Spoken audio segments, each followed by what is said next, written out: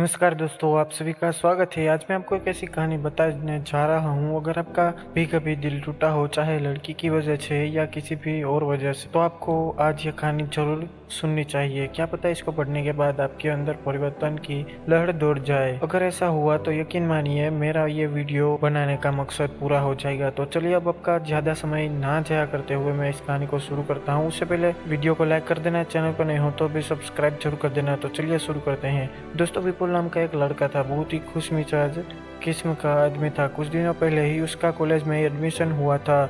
वो इतना मस्त था कि अब सारी क्लास उससे खुश रहती थी। कभी अगर वो कॉलेज नहीं आता था तो क्लास में सुनापन छा जाता था। दिन बीतते गए और समय निकलता गया, लेकिन विपुल की जिंदगी में खुशियों का अनुपात कम हो गया था। वो क्लास में बिल्कुल चुपचाप बैठा रहता। कोई उससे पूछे तो बताने को तैयार नहीं था। पूरी क्लास में सन्नाटा छाने लगा। लेकिन एक दिन उसके टीचर ने उससे पूछ ही लिया कि विपुल, तुम्हें बताना ही होगा कि तुम इतने दुखी क्यों हो। जब तक अपने अंदर दबे बोझ को हल्का नहीं करोगे तब तक कैसे खुश रहोगे। हिम्मत करके उसने बताया कि वो एक लड़की से प्यार करता था, वो उसे छोड़कर चली गई, इसलिए वो बहुत दुखी है। टीचर सारी पिक्चर समझ गए।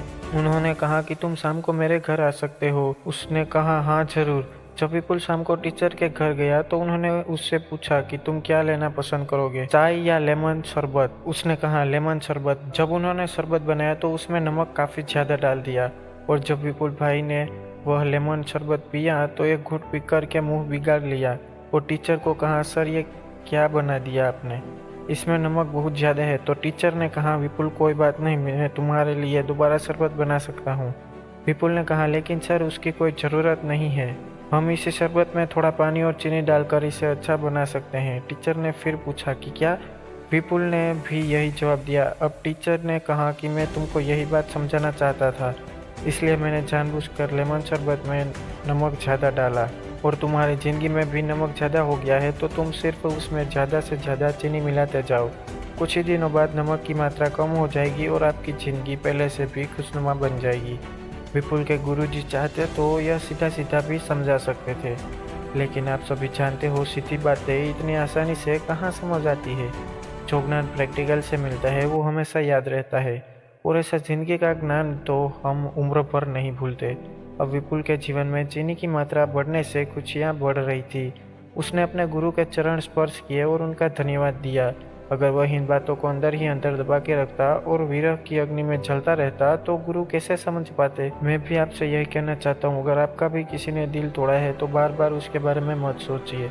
किसी न किसी से तो साझा करके आपको अपना बोझ हल्का करना ही पड़ेगा। और अगर आपको कोई भी ऐसा इंसान ना मिले तो आप क्या करोगे, उसका भी तरीका बता देता हूँ। आप अकेले में कागज के ऊपर वो सारी बातें लिखिए जो आपके दिमाग में आंधी की तरह उड़ रही है। XYZ कैसी भी बातें हों लिखिए, और लिखने के बाद देखिए दिमाग को कितना रिलैक्स मिलता है, क्योंकि काफ़ी सारी गंदगी दिमाग से निकल चुकी है।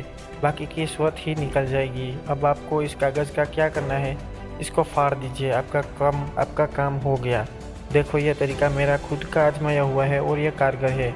अब यह चेक करने के लिए तो आपको ट्राई करना ही पड़ेगा। बाबा रामदेव जी कहते हैं, करने से होता है। मैं खुद फैन हूँ उनका, करोड़ों लोगों का जीवन बदल चुका है। तो कुल मिला के बात यही है, आप मेल हो या फीमेल, यह तरीका दोनों तरफ काम करेगा। समय का खेल है, वरना मैं आपको बहुत कुछ बता सकता हूँ। अपना ख्याल रखिए और प्यार बांटिए, क्योंकि यह 4 गुना लौट के आता है।